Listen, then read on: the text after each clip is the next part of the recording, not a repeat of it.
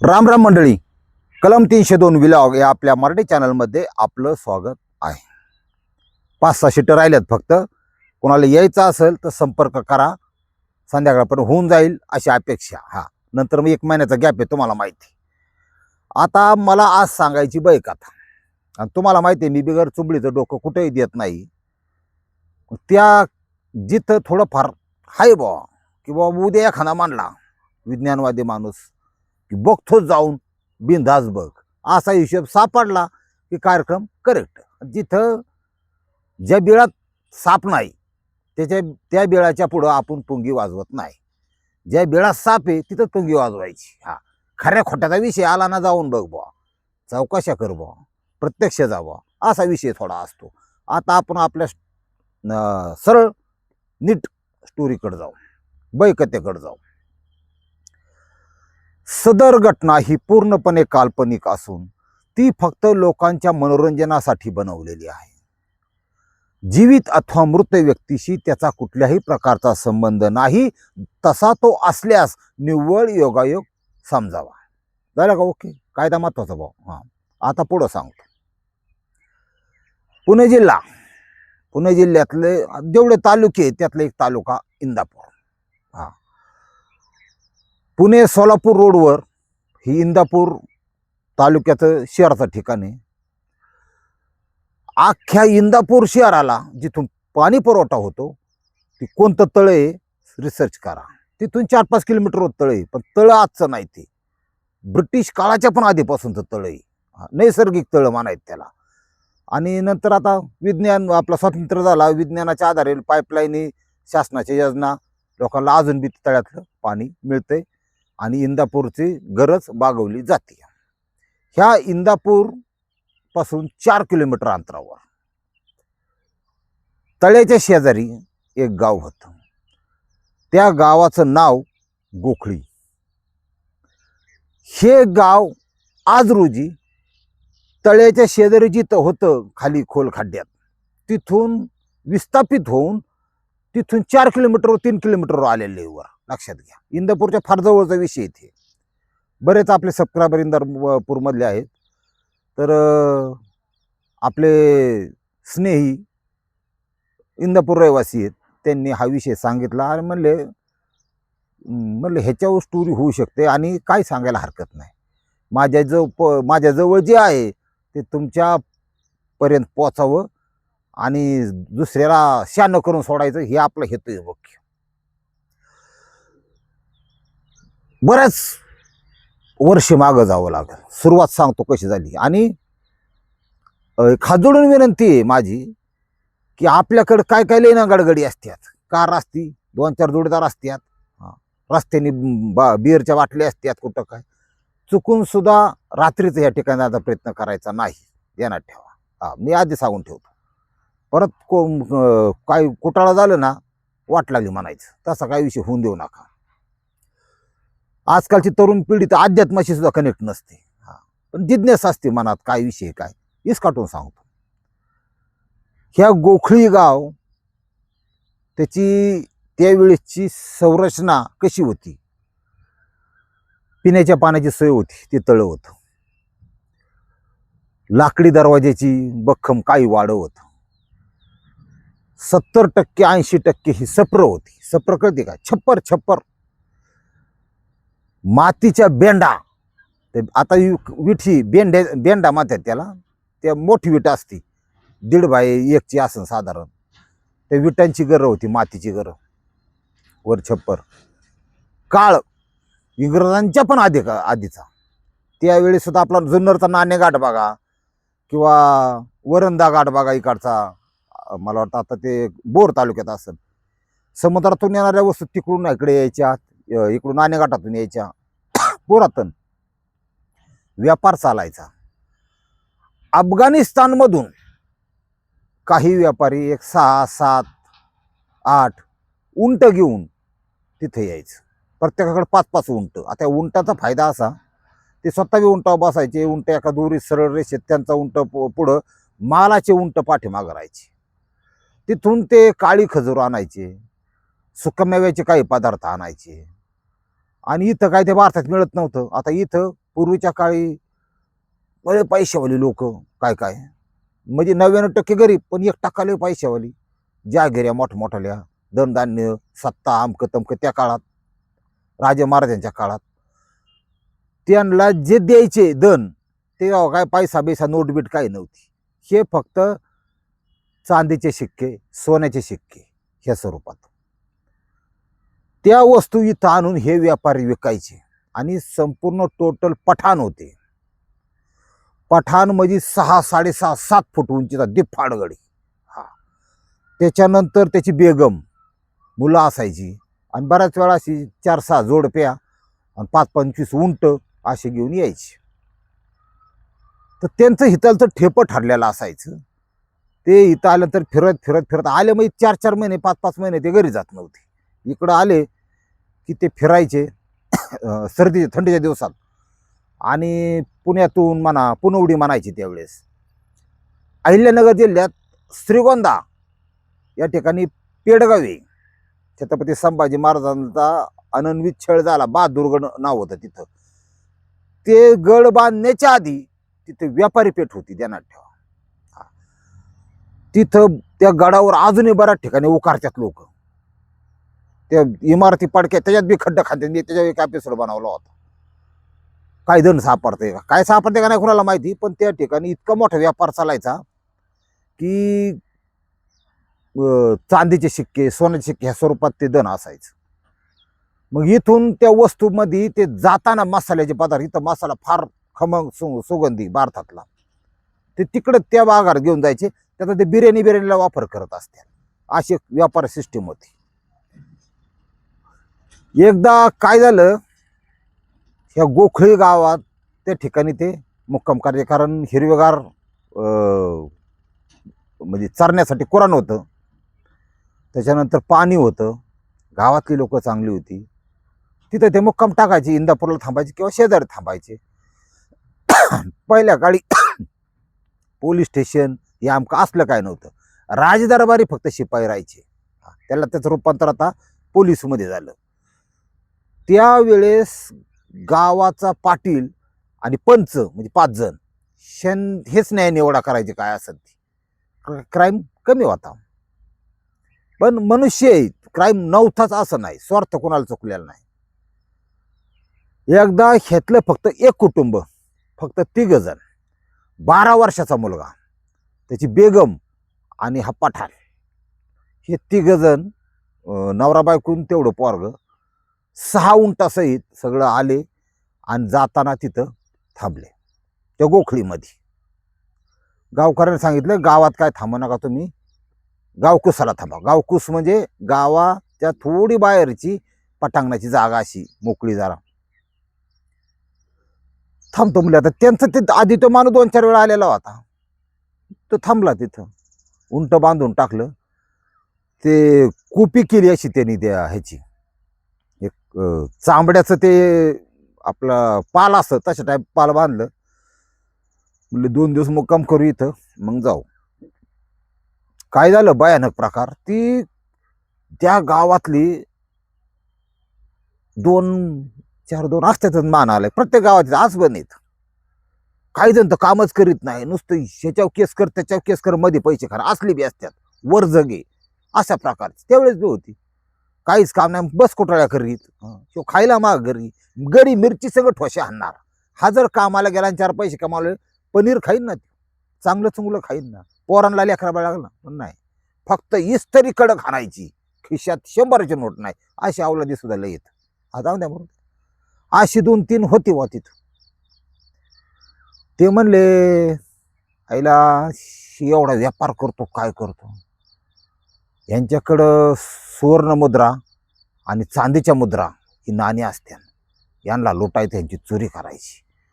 ती एकत्र झाल्यावर म्हणले आपल्यात कोणतरी 5पैकी 1 जण स्ट्रॉंग माणूस पाहिजे, चांगला माणूस पाहिजे, त्याच्याशिवाय होऊ शकत नाही.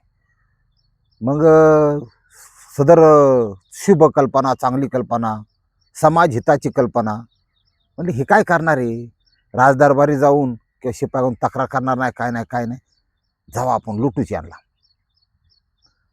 मग त्यांच्याकडं असलेलं जे सामान शिल्लक आहे थोडंफार वस्तू, ते विकत घेण्याच्या निमित्ताने तिथं गेले. बाचकी बोचकी बघितली आत ठेवलेली सगळी. काही बाचकी तर पार अशी खोंदाडात ठेवली होती. म्हणले इथंच काहीतरी असं. काही बाचकी तर अशी होती की उशाला घेऊनच झोपायची. म्हणले याच्यातच असं बरं का. अंधार पडला. जसा अंधार पडला तशी हे 4 जण 4-5 जण होते गेले तिथं. आणि जशी बाहेरचे माणसं आल्या चांगले 11-12ची वेळ रात्रीची.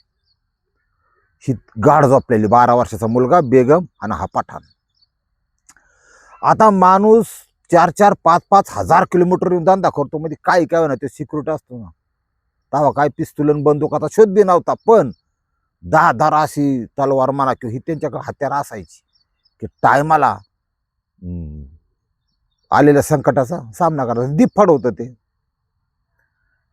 आता हिथं काय झालंय, येऊन यांनी डायरेक्ट कडकडची बोचकी उचकाय सरतील. कुणा कशात खजूर गावायची, कशात वेलदोडं गावायचं, कशात केसर गावायचं. ही उचाकता उचकता ती उंट जनावर बघा. जनावर कधी धोका देत नाही. धोका माणूस देतो. मग भले तो स्वतःचा पोरगा का असाना. हा, माणूस धोका देणार बा तुम्हाला लाईफ मध्ये कधी पण. हा, रक्ताच्या नात्याचा असू नाही तर बाहेरचा असू. हा, ज्याला काहीच संबंध आहे ते सुद्धा असं जळणार तुमच्याकडे बघून. त्यांचा असा आज खकाना झाला पाहिजे अशी माझी लय मनापासून इच्छा आहे. 10 वर्ष ज्याच जगण्याच्या आयुष्य ती पटकून देऊ. 10 वर्ष लवकर उलातलं पाहिजे डोकावर जळणारे असे. पण त्यांनी उचका सुरुवात केल्या व्हायला म्हणले ह्यांच्या उशाला जे आहे ना, मला गाड्याला नको गडी लय दे फाडे. आपण ह्या बाईच्या उशाला काय बघ. बाईच्या उशाचं एक हळूच त्यांनी कडचं गठोडं काढलं. बघितलं चांदीच्या मुद्रा त्याच्यामध्ये. भले 2-4 किलो चांदी असं त्या काळात काय सस्ताई. ती चांदी काही सोन्याच्या सापडल्या. म्हणले जमलं गाड्या. आता इथं काय झालंय, उंटाने नेमकं फार तिथे वराडते वेगळी पद्धती उंटावरती वरडायची. त्यांनी ती मालकाला सावध करायला वरडायला सुरुवात केली. आता ह्या दोघांना बी नवरा बायकोला जाग आली. पोरग बी उठलं. त्यांना काय वाटलं 100% समजा उंटाजवळ साप आला का एखादा, किंवा काही जनावर आलं का, काही चावलं का, वाघ आला का, बिबटी आला, काहीतरी हिशोब धोका आहे म्हणून उंट वरडायला सुरुवात केली. हे उठले तर 4-5 गडी दिसलं बा त्यांना. अशा रागा घेतल्या जाड कांबळी. म्हणजे इथं चोर दिसतात. आणि जो गठुडं मेन माणूस होता त्यांच्यातला पुढारी, ती गठुडं त्यांनी बघितलं बघा आपलं दन चालवलंय. असं बघितल्यावर तो माणूस पठाण एका क्षणात त्याच्या मेंदून निर्णय काय घेतला माहितीये का. उठला ताडकुनी चलत चलत घेतला. अशा 2-3 ठोका लावता मानला. ती काय 6 फुटाचा माणूस, 125 किलो वजनाचा माणूस तो. तिथं पुढारी कोलमडून पडलं बा. ती गठुडं त्यांनी हिसकून माघारी घेतलं. आता यांनी काही लोखंडी हत्यार काठ्या नेल्या होत्या. यांनी हाणायला सुरुवात केली. त्यांना हाणायला सुरुवात केल्यावर त्यांनी प्रतिकार करायला सुरू. अशी त्यांची दुमचक्री दोघात चालू झाली. त्याची बायको मध्ये पडली. हन्नाका हन्नाका. पोरग आलं मध्ये 12 वर्षाचं. त्या 4-5 जणांनी असा निर्णय घेतला की पोराला 2 जणांनी पोराला घेतलं आणि त्याच्या नारड्याला चाकू लावला. म्हणले हे बघ लांब त्या झाड आहे तिथं. झाड होतं पिपळाचं. त्या झाडापाशी जाऊन 2 जण उभी राहा, नाही तर याला कापलाच. पोरगा मरायचं म्हणल्यावर 2 जण गेली नवरा बायकून त्या पिपळा झाडाला चिकटून उभी राहिली बा. गडी जरा जागे आला ते पठाण बी मारो मत हमको, हमको मारो मत, बेटे को छोड़ दे, मेरे बच्चे को छोड़ दो. त्याच्या भाषेत सांगायचं. ते सोडलं त्यांनी, पोरला सोडलं. पण पोरला जोपर्यंत चाकू आहे तोपर्यंत त्यांनी एक काम केलं. ह्या पिपळाच्या झाडाला बांधून टाका म्हणले दोघाला. गडी जायबंदी केला. बांधून टाकलं रश्याने. बांधल्याच्या पुढं पोरग नेलं. पोरग बी तिथं बांधलं. तुम्हाला सांगतो इतकी अमानुषपणे मारहाण तिघांना बी केली. आता सगळं त्यांनी मग ती शेवट ती पठाण म्हणायला लागला, हम दोनों को मारना चाहते हो तो मार डालो, लेकिन मेरे बच्चे को छोड़ दो, मेरे बच्चे को छोड़ दो. ती शेवटपर्यंत ठीक आहे. सारखंच बच्चे को छोड़ दो, बच्चे को छोड़ दो. म्हणला काय यांनी चांगला निर्णय म्हणजे पुरावा नष्ट करून टाकायचा. पोरग, त्याची आई, वडील तिघांना बी त्यांनी ठार करूस म्हणजे जीव जाऊस तो डोकी बिकी फोडून टाकली, खलास केली. मृतदेह माना टाकल्या त्याने, फार कलश पाडला अशा प्रकारे. आणि मग त्यांचं होतं नव्हतं तेवढं घेतलं. उंटांची दावी कापली. कशासाठी? दावे कापली म्हणजे बंधनमुक्त, खा प्या सोडून दिल्यासारखी. आली घरी. आता सकाळच्या पारी बोबाटा होणाराची तुम्हाला माहिती. मग सकाळच्या पारी दिवस सगळ्यांनी ते वाटून घेतलं 2 पैसा.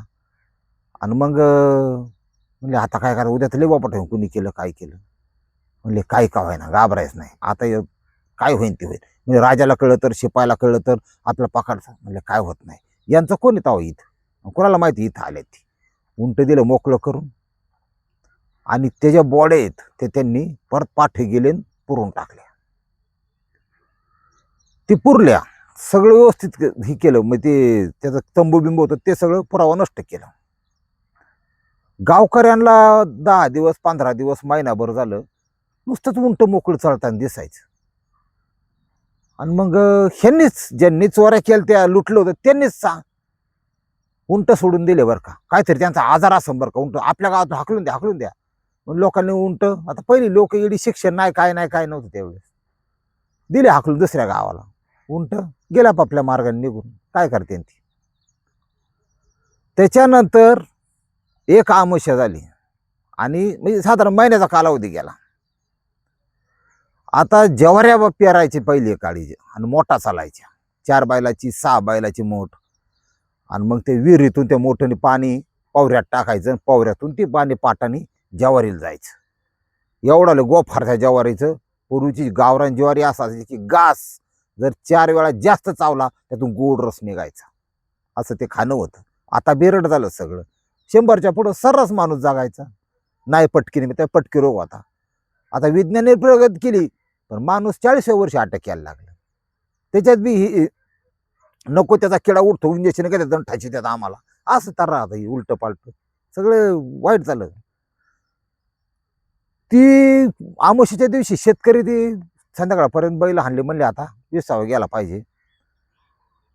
संध्याकाळी 8 8:30 वाजता बैल घेऊन माघारी येतानी मोटरवरची.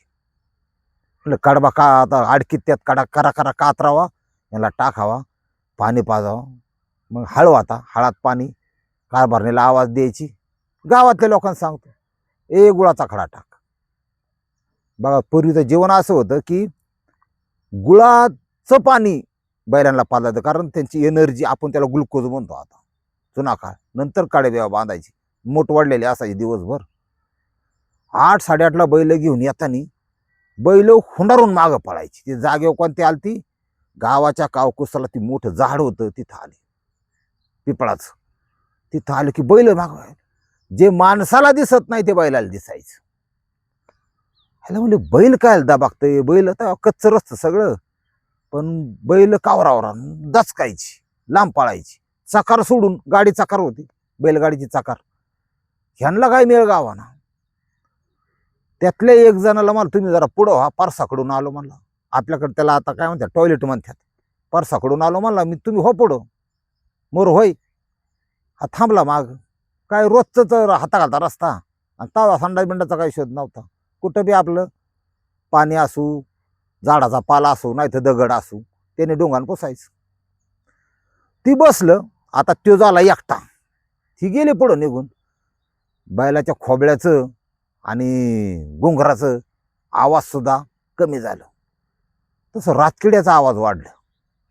ह्याच्या देणे नाही म्हणी नाही, ही हागलं बिगलं तिथं. त्या पिपळाच्या झाडाकडे त्याचं सहज लक्ष गेलं. 3 ही जी मारलेली होती, ही वरून खाली डोकं पायवर अशी ती सरड्यावानी चलत चलत खाली येत होती 3 जण. हा, पण हा जो हागणारा होता, ह्यो आरोपी नव्हता, ज्यांना तो गावातला माणूस होता. याला म्हणला ही कुठलं जनावर दिसतंय, 8 वाजता एवढा कळना मला, काय ते दिसतंय बरं का. जशी ती खाली उतारली तशी माणसावानी ती उभी राहिली, आणि झाडाच्या बी वर गेली ती, इतकी उंच. याची हागाय मुतायची बंद झाली बा, असली शिल्लक तरी. ती पळालं तिथून. म्हणला बुध बुध बुध बुध. ती गावात गेलं, लोकांना सांगितलं. हे म्हणले तुला बास झाला असं ना, पण त्याचं काय कुणी ऐकलं, मनावर घेतलं नाही. त्या गावामध्ये असे प्रकार व्हायला लागले नंतर की आमोशेच्या दिवशी जर बाई भाकरी टाकायला बसली, चूल पेटवलेली, काडक्या सारलेल्या, तडा तडा जाळ लागलेला, निखरा बाहेर वाढला. आता भाकर वर वाजायची, पाणी फिरवायचं, तिथून उलात्याने उचलायची आणि हराव टाकायची, असा मस्त पापड येण्यासारखी. गडी इकडे कोरड्यास केलेला असायचं, गडी जेवणाची वाट बघत. ती बाईच्या शेजारी ती भूत होतं, ती आत्मा होता बेगमचा. ती शीता भाकरीचा आवाज वेगळा, त्याचा भाकरीचा आवाज डबल आवाज निघायला लागला. गड्याला दिसत नव्हती, पण त्या बाईला तिची बाई दिसायची. गोरी पान बाई, उचपुरी, पण ती अतिशय बेसूर दिसायची आणि सडल्यावर दिसायची. खाद्या पायापाशी बघितलं तर असे किडे बिडे आळ्या वळवळ करताना दिसायच्या. आणि रागाने तिचे लालबुन डोळे, शिला दिसली की बाई दचकून भाकरी तव्या सकट सोडून बाहेर पडायची. करपली तरी हरकत नाही. नवरा मला, अरे काय झाली, आग लागली पोटात. म्हणलं तू उरक ना लोक. म्हणली ती हाय, मी कशाला, ती नरडे बिडे दाबलं म्हणजे माझं कुठे म्हणला कोण. अशा गाठणं व्हायला लागल्या. त्याच्यानंतर पोरं जर खेळायला गेली कुठं आणि त्यांनी जर इठ्ठी दांडू खेळायला सुरुवात केली आणि इठ्ठल जर चांगलं टोक असलं आणि अशी गंडोरी जर असली ना, तर हाणली की चांगली 2 फुटापर्यंत उडते बघा. इठ्ठी उडली पाहिजे हाणल्यानंतर, एका साईडला ध्यानात ठेवा. उडली ना तर टोला 1 नंबर. आता इठ्ठी दांडूचं बुडलंच भाऊ. आता काय, आता ही सगळं 69 निघालंय. आता इठ्ठी दांडू बुडला. आता 69 म्हणजे मी तुझी चाटतो तू माझी चाट, असले खेळ निघाल्यात आता. वाटू झालं पोरांचं फार. पण जुनं तुम्हाला सांग, ती इठ्ठी उडली, ठोका टाकला की गडी लांब. ते वेगळंच फील होतं त्याच्यातलं. ते पोरांनी इठ्ठी हाणली की ती 12 वर्षाचं पोरग जे मेलं, त्याचा आत्मा इठ्ठी मनाने चलत यायची, तिथं परत थांबायची. पोरं इठ्ठी दांडू सकट टाकून पळून जायची घरी. इठ्ठी आणली कोणी बा. अशा घटना व्हायला लागल्या. मासे आणि चिकन होत्या वेळेस, मटन बिटन जर कोणी आणलं एकत, काय कवा तरी खायची लोक पहिली 4-6 महिन्यातून. आपल्याकडे जागरण गोंधळ असल्या बकरं असतं तसं. ते जर आणलं तर ते मातीवानी राखवानी लागत, त्याची चव लागत नव्हती कुठली. ते अख्ख्या गावाला हा विषय. आता ज्यांनी चोरलंय दन त्यांना सगळं माहित, पण ती गप सगळा विषय चाललेला. त्या गावाला नको नको झालं. मग म्हणले, पाटील म्हणला, पाटलाकडे समस्या मांडली सगळ्यांना, असाच विषय काहीतरी आखड्डीत घडलेले, काय कोणाला माहिती नाही, काय नाही, काय झाले काय नाही. ज्याला माहिती ती गप, ती काय डोकं लावत्या. म्हणले कुणाला तरी बोल. आणि पूर्वीच्या काळी सुद्धा साधू महात्मे हे चांगल्या प्रकारचे होते. आता तुम्हाला सांगा, कीर्तनकार आहेत ना, इथं गाडगे महाराजांचं नाव कोण घेतं का बरं? का घेत नाही माहिती का? ते खरे संत होते, ते स्वच्छ, तिथं डोकं लावलं नाही त्यांनी. खरा माणूस तसा असतो. आणि डॉक्टर बाबासाहेब आंबेडकर आणि गाडगे महाराज यांची फार जीवलग मैत्री होती, तुम्हाला सांगतो, फार मैत्री. आणि जाण्याच्या आधी, गाडगे महाराज जाण्याच्या आधी बाबासाहेब स्वतः त्यांनी भेट घ्यायला गेले. कारण एक चांगला आत्मा दुसऱ्या चांगल्या आत्म्याकडे आकर्षित होतो, असा विषय असतो, असा विषय. आता इथं काय झालंय, म्हणले अवघड आहे भाऊ, इथं तुम्ही कुणाला तरी आणा, काहीतरी करा. मग बाकीच्या गावी सोयरे समज असतात, कुठे कोण आहे का, आपण कसं म्हणतो एखाद्याकडे बघितलं बा काय, तेव्हा काय डॉक्टर फिक्टर तसलं काय नव्हतं. बोलावलं. कुणाला बोलावलं?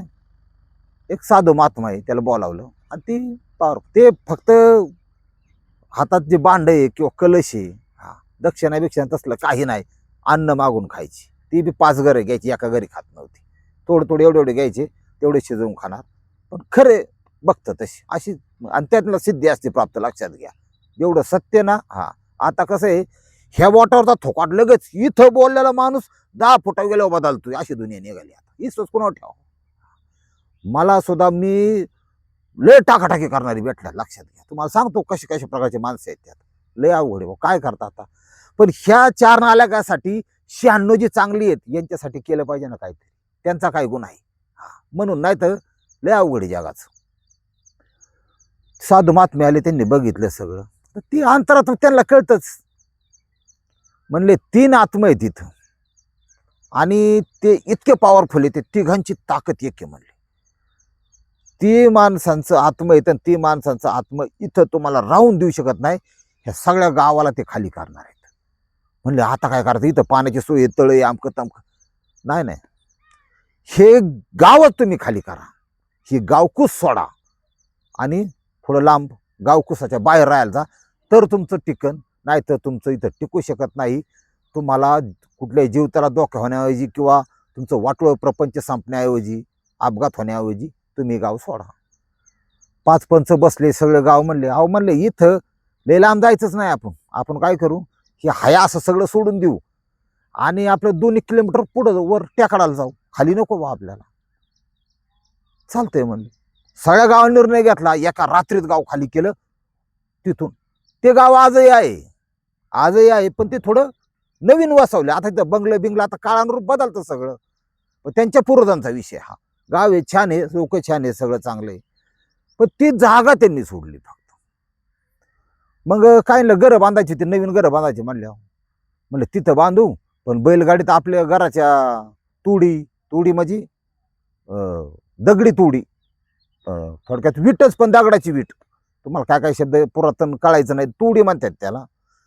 गडावलेल्या असतात त्या, एकात एक फिट वाजतात त्या, आणि मध्ये माती हे भरलं जातं, सारण भरलं जातं, दोन्ही बाजून दगड असतं. वाड्याच्या भिंती बघा ना तशा. दगड नेला, बैलांना दगडच ओढत नव्हते. 5 दगड मांडले तरी ओढानात. मग त्यांच्या डोक्यात आलं, इथलचं काय न्यायचं बी नाही, हाय असं खाली केलं. तिकडं ते निघून गेले. त्यांनी गावकऱ्यांनी काय नेलं नाही, म्हणजे मातीत जाऊ तिकडे, काय काय पूर्वीचा काळ विषय. त्याच्यानंतर काही काळ निघून गेला, ते गाव पूर्ण ओसाड पडलं. आणि आजच्या तारखेला त्याचे काही अवशेष त्या गावाचे तिथं आहेत, दगडी पडलेली आहेत, वाळून लाकडे गेलेली आहेत.